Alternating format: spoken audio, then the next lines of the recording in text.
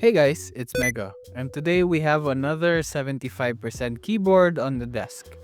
But this time it's from Akko, and it's a budget Hall effect keyboard, the Akko Tac75 HE. Or should I say TAC75? Not sure, calling it the TAC, deal with it. But is it just another budget HE keyboard? Or does it have some tricks up its sleeve?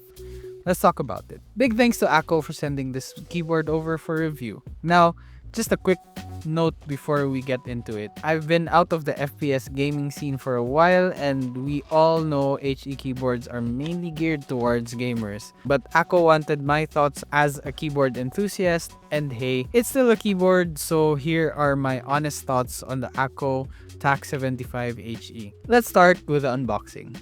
Inside the box, we have your keyboard, of course, a quick start guide, a USB Type-C cable which is 8K compatible, and a keycap and switch combo puller tool. The Tac75 HE currently comes in 4 different colorways. I've got the white version here. There's also a black one and 2 anime themed collab colorways. Links to all of these will be in the description below. And while you're there, drop a like and subscribe. It helps the channel a lot. So, what makes this board stand out? Well, first, it's a 75% layout. Personally, I prefer 60% or 65%, but having the F-row is definitely handy from time to time. It's fairly lightweight due to its plastic case, but there is an aluminum plate inside to keep things stable. The keycaps are side printed, shine through PBT, which also means your perky RGB will shine right through. Under those keycaps, we've got Akko's new Astro AIM switches, part of their Hall effect lineup. And there's also the Astro Link switch variant, which I'll compare in the coming video. For now, here are the specs of the Astro AIM switches. The initial force is 35 grams, with a total travel of 3.5 millimeters and an end force or a bottom out force of 55 grams. Let's take a quick listen to how the board sounds.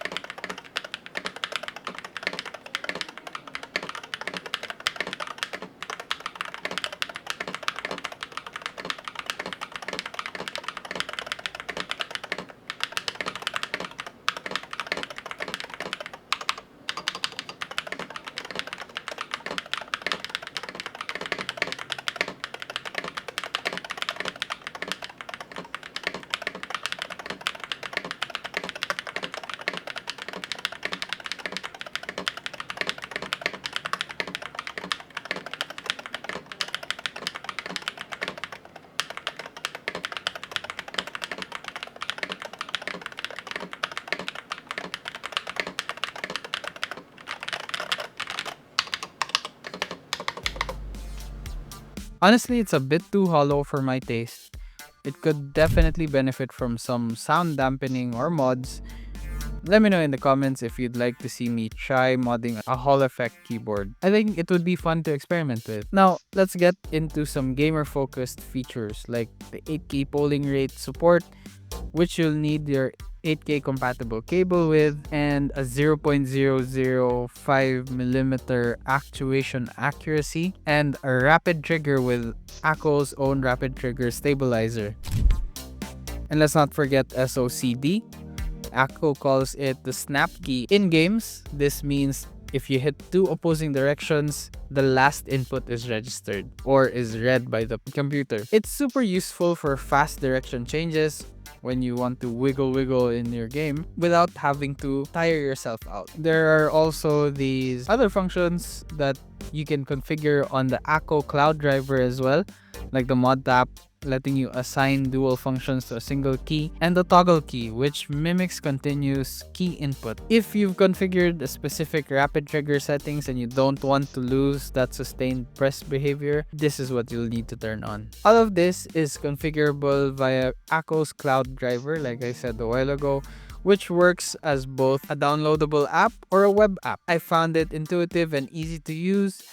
something that's often the Achilles heel of HE keyboards. Pro tip, the installer might default to Chinese. Just click the language button in the top left corner to switch to English. Unless you read Chinese, that's on you. So yeah, once you're done, you can customize the actuation points, remap keys, tweak the RGB, and even adjust the polling rate. As for switch compatibility, it uses downward facing N Hall effect switches or North Pole switches and is hot swappable. Just be cautious, using the wrong type of switch can damage your keyboard, and nobody wants an expensive lesson in switch compatibility, especially with their brand new HE keyboards. As a keyboard enthusiast, I'd say it's one of the better sounding budget HE keyboards around. Out of the box, though still a little hollow for me. With that being said, the Astro AIM switches sound great and feel smooth.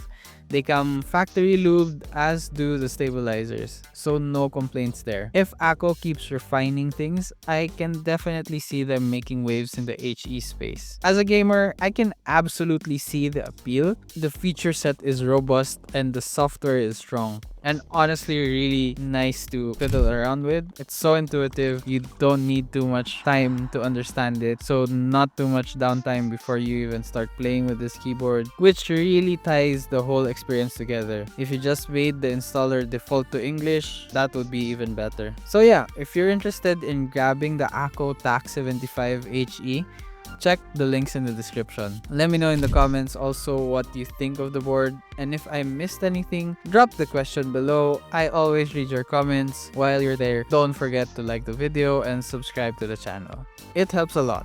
Believe me, it does. I'll catch you in the next one. Bye bye.